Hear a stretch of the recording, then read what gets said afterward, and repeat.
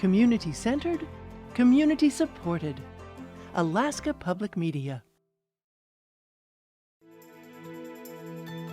Alaska Insight is supported in part by the Corporation for Public Broadcasting and by viewers just like you. Thank you. Helping veterans and active duty military members cope with service-related trauma to lead healthy, happy lives takes normalizing the need for mental health care and connecting with people who know the struggle. We have peers that are suffering, and if we can make them feel less stigmatized by it and show them that it's okay, be a role model for them and encourage, then that's how we're going to make a positive change. We'll hear from veterans about how they're working to help their service colleagues find connection, help, and hope right now on Alaska Insight.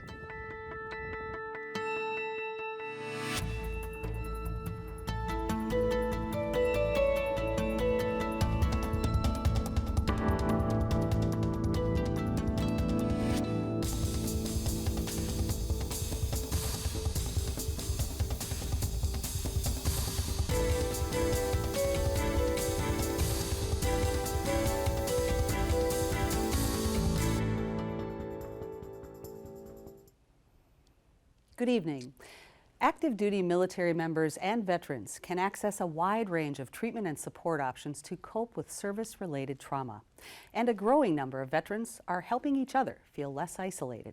The need is clear. A 2021 VA report on national suicide rates found that although suicide numbers have fallen across the U.S., in a few states, including Alaska, the opposite is true. This evening, we'll learn more about what's being done to address these troubling Alaska statistics to help active duty members and veterans lead healthier, happier lives. But before we get to that discussion, we'll start off with some of the top stories of the week from Alaska Public Media's collaborative statewide news network. The Alaska legislature struck a budget deal Thursday evening that includes a $1,300 permanent fund dividend and a $174 million one-time boost for public education funding. The deal came on the first day of the special session called by Governor Mike Dunleavy after the legislature failed to pass the budget before the final day of the regular session. Throughout the final weeks of the 121-day session, the House and Senate remained divided over the size of the PFD. The House had initially proposed a $2,700 payout, but couldn't muster the votes required to dip into savings to pay for it. The final budget included a provision to pay an additional $500 if oil prices exceed predictions. The budget now goes to the governor, who can still veto all or part of the bill. First Lady Jill Biden and Interior Secretary Deb Haaland visited Bethel this week to tout a telecommunications project financed with federal infrastructure funds. The two were met by Congresswoman Mary Peltola, Alaska First Lady Rose Dunleavy, and Bethel Mayor Rose Sugar Henderson. In a speech at Bethel Regional High School, Biden spoke on the Biden-Harris administration's work to invest $100 million in the region to bring an affordable, faster, and more reliable internet to Alaska. The First Lady is the first spouse of a sitting president to visit Bethel. A joint investigation by Alaska Public Media and APM Reports has found that an Anchorage nonprofit organization, Beans Cafe, made nearly $10 million in profits while it was running the city's pandemic homeless shelter. The money came from a generous city contract funded by federal taxpayers. Beans also billed the city hundreds of thousands of dollars for services the city says were never provided. And more than a year after Beans lost its contract to run the shelter at the Sullivan Arena, the billing dispute remains unsolved. You can find the full versions of these stories and many more on our website, alaskapublic.org, or by downloading the Alaska Public Media app on your phone. Now on to our discussion for this evening. Alaska has one of the highest per capita populations of retired military service members of any state in the country. There's a lot of services out there for retired service members, but as Alaska Public Media's Madeline Rose reports, veterans in Alaska are one of their own greatest resources. Thunderbird Falls Trail isn't a particularly difficult hike. Anyone want a trekking pole? But for these veterans and family members, today's hike isn't necessarily about the challenge. It's more about just getting outside. To get into nature to begin with, you strip away all those things or distractions from focusing on ourselves and those that are around us. The hike was organized by Eric Collier and Remedy Alpine, a group of veterans dedicated to helping other veterans seek empowerment, self-discovery, and connection outside. I love getting outdoors, kind of getting off the grid and connecting with nature and seeing this beautiful landscape. And then I realized how therapeutic it is. The premise is simple. Remedy organizes hikes and gatherings for veterans. Over time, they build a network of friends and support. The exercise certainly helps, but one of the biggest things that builds these connections is a bond of shared experience. You find people who understand your struggle and can help you work through it in a setting that isn't a counselor's office. But the counselors become the people who've experienced exactly what you've experienced, and those connections make you feel a sense of normalcy. And from there, the network grows. After just one hike, vets can become volunteer guides, trained and equipped by Remedy Alpine so they can help others. We have a policy where once you come out with us and done a hike, if you yourself want to go and take a couple of your friends, take some other military veterans or your family, it doesn't matter, we'll loan you out the gear, we'll sign it out to you. Those connections go beyond individuals and span organizations. Remedy Alpine regularly works with other veterans groups like Wounded Warriors or the 98 Fund, which supports veterans and their families. And now we're like two families that are inseparable, because whenever they need help, they come to us, and whenever we need help, we go to them. Now, Remedy Alpine has a full board of directors and connections across Alaska and the U.S., including a new branch opening in Arizona. The plan? To continue helping veterans and growing that network of support. We need to acknowledge and understand that we have peers that are suffering, and if we can make them feel less stigmatized by it and show them that it's okay, be a role model for them and encourage, then that's how we're going to make a positive change.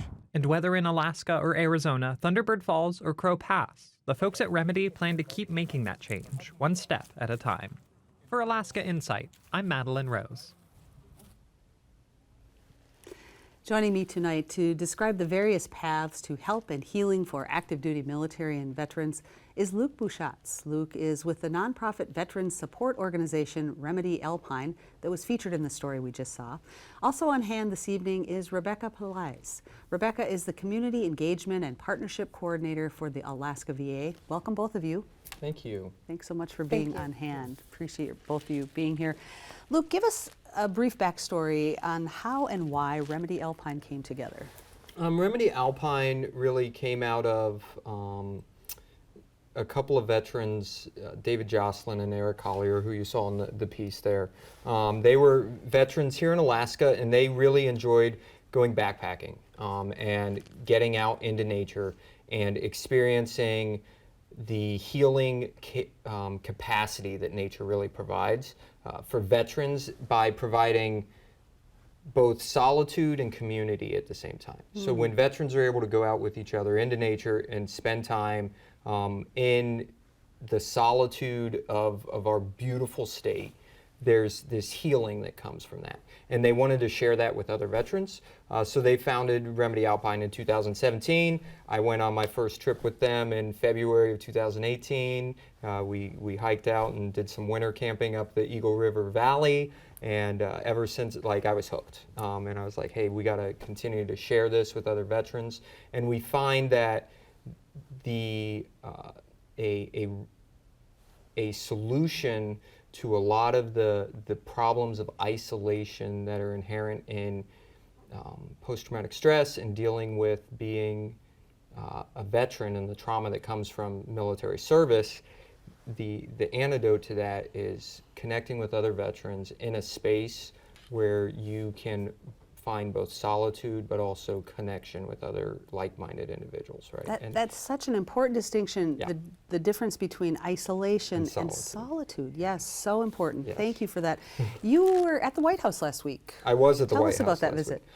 week. My family and I are in a new documentary that's currently streaming on PBS that's called Unconditional.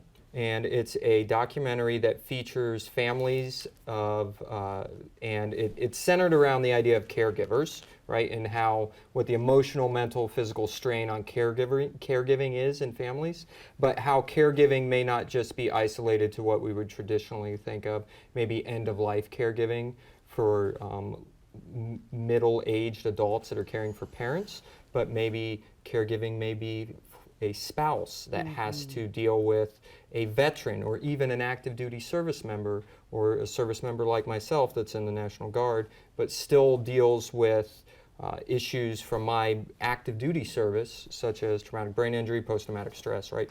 Those issues and how your day-to-day life is fundamentally changed as you have to provide care for those individuals as well. So our family was featured in that, and the First Lady, Joe Biden, asked our family to come out because she has a program, Joining Forces, which is one of her major programs that she is interested in providing resources to military families and veteran families on being able to better care for themselves and their community and their families, right? So we were invited by her to come out to the White House. That was a great experience, very surreal.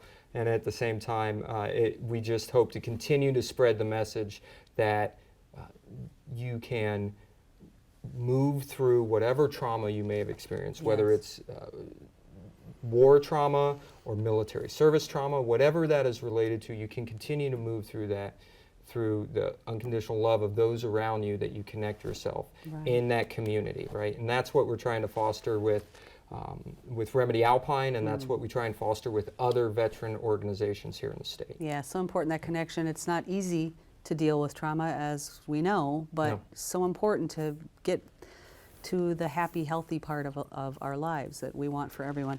Rebeca, the VA supports a 24/7 crisis line for veterans, family, and friends. It also supports an approach called Coaching into Care to help veterans who may be struggling. Tell us about that. So the Coaching into Care phone line, it is for the family and friends who see that a veteran is hesitant for receiving care, needs help, and so they can go ahead and call that phone line. It's 888-823-7458, and so it's exactly what it sounds like. They'll help coach that veteran into care.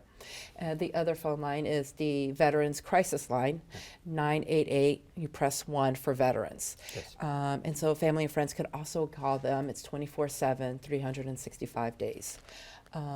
Definitely two amazing resources out there that nationally we have. The Compact Act, what does this recently passed legislation do for veterans? Any veteran that is eligible for care is able to go ahead and go to the hospital if they're having suicidal thoughts. Transportation is covered, the ambulance, their ER visit, the inpatient care, and also residential and outpatient care.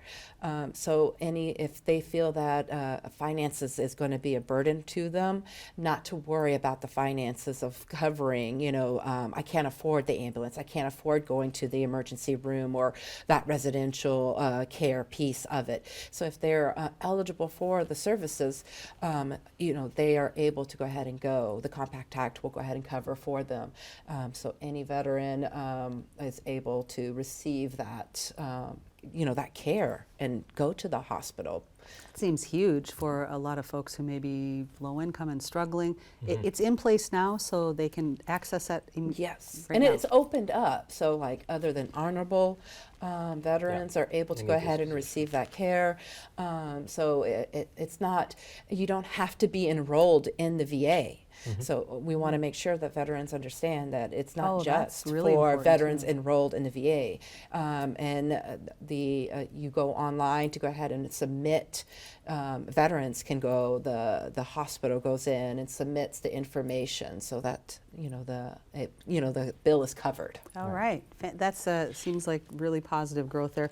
As we've researched programs related and aimed at military mental well-being, it seems there's a growing number in both official and grassroots groups, such as Remedy Alpine. Luke, what can you tell us about your observations here? What have you seen in recent years in that regard? I think that what we've seen in terms of organizations that are focused on maybe what we would consider non-traditional forms of therapy for veterans really expanding over the past 10 years. And I think that our group of veterans that needed that type of service has been expanding, right? Because of the global war on terror, our veteran population is expanding, right? We had more soldiers coming out of the military because we had a larger force structure over the past 10 years. And as those soldiers, airmen, Marines, sailors come out of the military, they're looking for forms of treatment that may not be what is traditionally aligned with what the services at the VA provides, right? Now, the VA has done a really great job over the past 10 years of expanding their services, right? They are using a lot of different modalities of therapy now that traditionally we didn't use. But for a lot of veterans, traditional psychological counseling may not be a viable option for them, or may not be what they need to, if they're at a maintenance phase with some of their trauma, right? But what they may continue to gain benefit from are things like going out on hikes, being engaged with a passion hobby, whether that's a lot of things that we've seen, or like equestrian therapy. There's been a lot of for instance, here in state, there's an organization called Quiet Waters that takes soldiers, airmen, veterans of any type, right, out and does fly fishing, right, for salmon, or go out for Dolly Varden, right, and you go fishing. Or there's been a lot of organizations that are doing hunting trips, right, for veterans, where they're able to get out into nature and experience camaraderie, and at the same time face some physical challenge in the environment, all right, out in nature, which is actually good for the body. It's good for the mind. It's good for the soul to have those challenges. A great organization here in state is called Battle Dogs, right? And what they do is they bring veterans out onto the Iditarod to actually work some of the overstations, to work with the dog teams for a week during the Iditarod race. And veterans see great growth in that time. Rebecca, a 2021 report found there has been a national, we talked a little about this earlier, a national overall decrease in veteran suicide, but not in Alaska and a few other states. What are the differences in rates for Alaska versus states who've seen declines, and what's known about why Alaska is not lowering rates? What have you been able to determine? And then Luke, I'd like you to follow up there. One of the things, the states that have had the increase is the remote rural veterans. We have a higher population of rural veterans. Isolating, not in solitude, just isolating. Correct. And as Luke has stated, the VA recognizes the fact that no federal or state entity is going to solve the veteran suicides.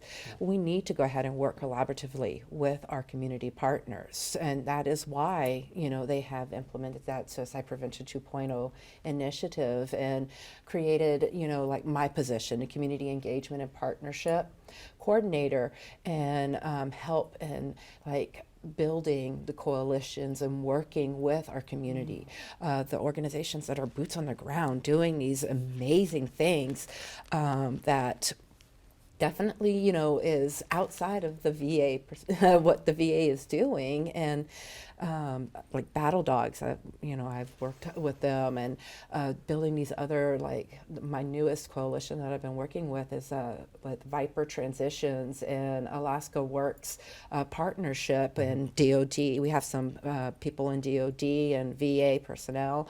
We're working together and transitioning veterans, service members and stuff. So we need to go ahead and work, you know, with our community partners. Absolutely. Has that just been a recent transition to understanding that you can't just be like the locked up official pathways, that you've got to open that up more? Yes, definitely. It is very recent. I know it's in the East Coast.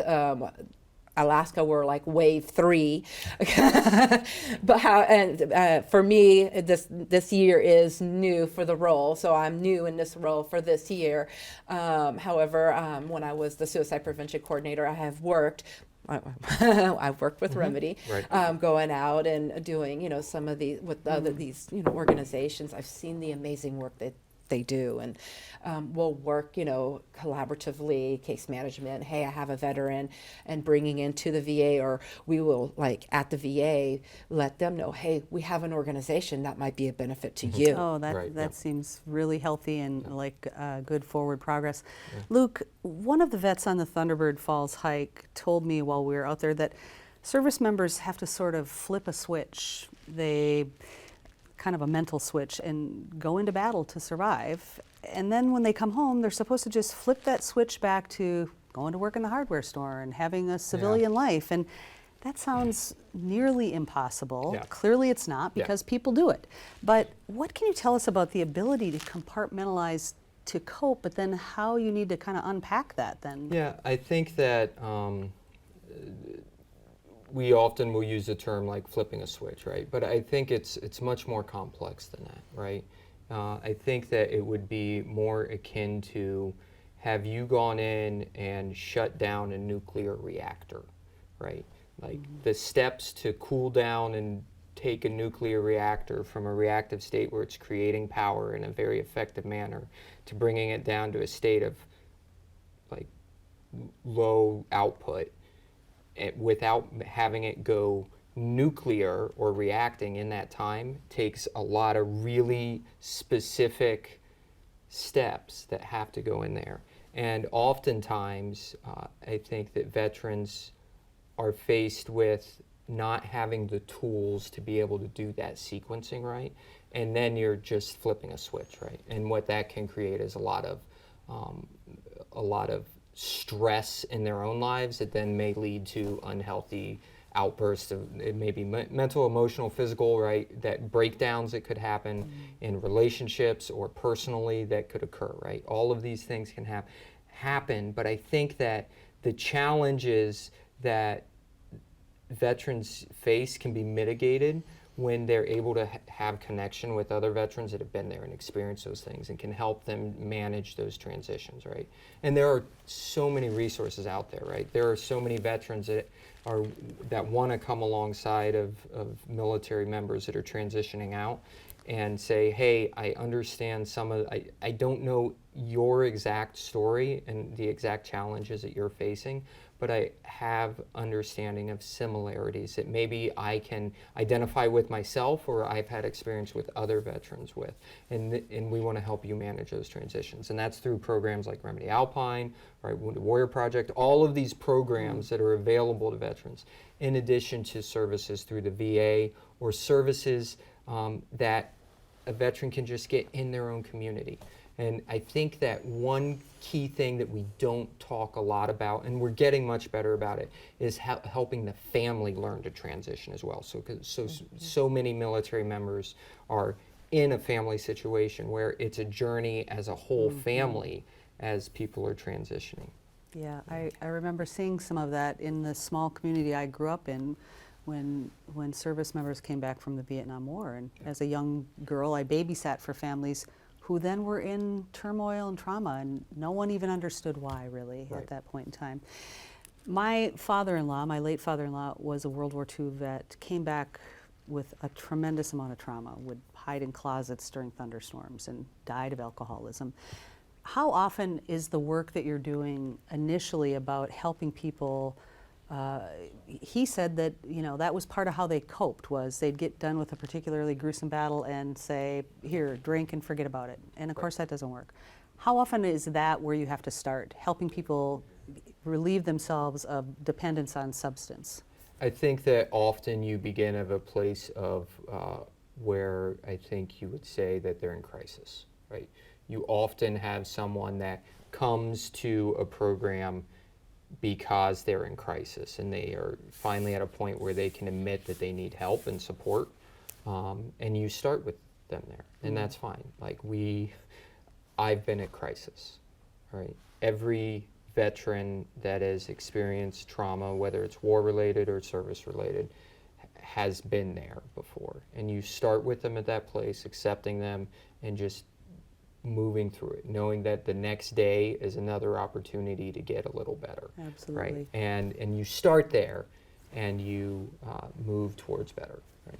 And in our final minute or so here, What would you say in that regard about where things start with the VA?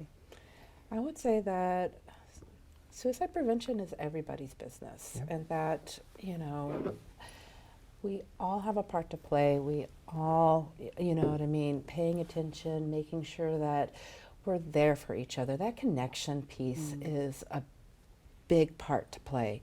You know, the coping skills that we have. Drinking was to numb that pain, and if we can recognize that, it you know, it opens the eyes to going ahead and getting that help. And if the family and friends around us to help build that, you know, instead of isolating. Yes. I would also say too, if you know someone who is in crisis, or if yourself is in crisis, to please call the Veterans Crisis Line, 988. Absolutely. Please press 1 for veterans. Thank you so much, both of you, for your time and the work that you're doing on behalf of veterans and all of us to have healthier, happier lives. Thank you so much. Thank you. As we heard this evening, there are many paths to healing emotional and physical wounds, from official VA assistants to service members helping each other. There's help and support for learning to cope with past trauma, make healthy connections to others who understand the struggle, and move forward into a brighter, happier future that ripples out and strengthens relationships with family and community, and that's good for all of us. That's it for this edition of Alaska Insight, our last episode of the season. Thank you for your time and attention, for the feedback and engagement with the program. We welcome topic and guest ideas for the beginning of Season 7 that kicks off in September. Until then, from all of us here at Alaska Insight, have a safe, fun, and adventure-filled summer. We'll be back in the fall, and in the meantime, visit our website, alaskapublic.org, for breaking news and reports from our partner stations across the state. Sign up for our free daily digest so you won't miss any of Alaska's top stories of the day. Thanks for joining us this evening. I'm Lori Townsend. Good night, and have a great summer.